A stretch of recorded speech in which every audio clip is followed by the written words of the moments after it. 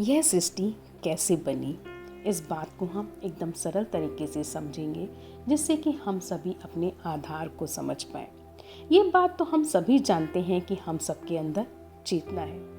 वह चेतना जब स्थिर स्वरूप है, स्टैटिक कॉन्शियसनेस है, उसमें किसी तरह की कोई हलचल नहीं है, ठहरी हुई है। जैसे कि एक बच्चा जब सोया हुआ रहता है तब वह ठहरा हुआ रहता है, अपनी जगह पर रहता है। इसी तरीके से जब बच्चे में हलचल होती है वह धीरे से उठकर अपनी मस्तियों में लग जाता है। इसी तरीके से जब स्टैटिक कॉन्शियसनेस में, स्थिर चेतना में हलचल हुई, उसमें तरंगे उठनी शुरू हुई, जिसको हमने डायनामिक कॉन्शियसनेस कहा। इन्हीं तरंगों ने, इन्हीं वेव्स ने तरह तरह के रूप लेने शुरू किए। किस तरह के रूप? सूरज, चांद, सितारे, आकाश, पृथ्वी, पहाड़, ग्रह, गैलेक्सी, हवा, पानी, आग, पेड़ पौधे, मिट्टी आदि आदि। और उन्हीं तरंगों ने मनुष्य का रूप भी लिया। इस तरीके से सृष्टि बननी शुरू हुई।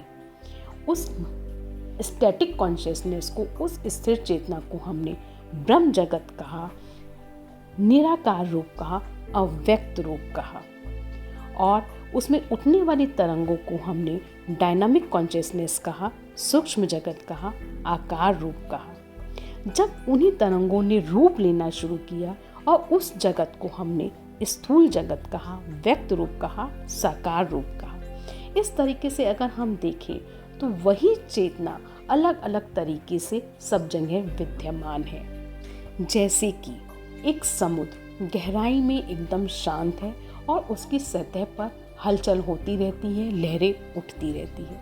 इसी तरीके से कॉन्शियसनेस भी अपनी गहराई में एकदम शांत स्वरूप है, ठहरा हुआ है, स्थिर है और उसकी सतह पर तरह तरह की तरंगे उठती रहती हैं और वही तरंगे रूप लेती रहती हैं। आप सभी के प्यार और सपोर्ट के लिए थैंक यू।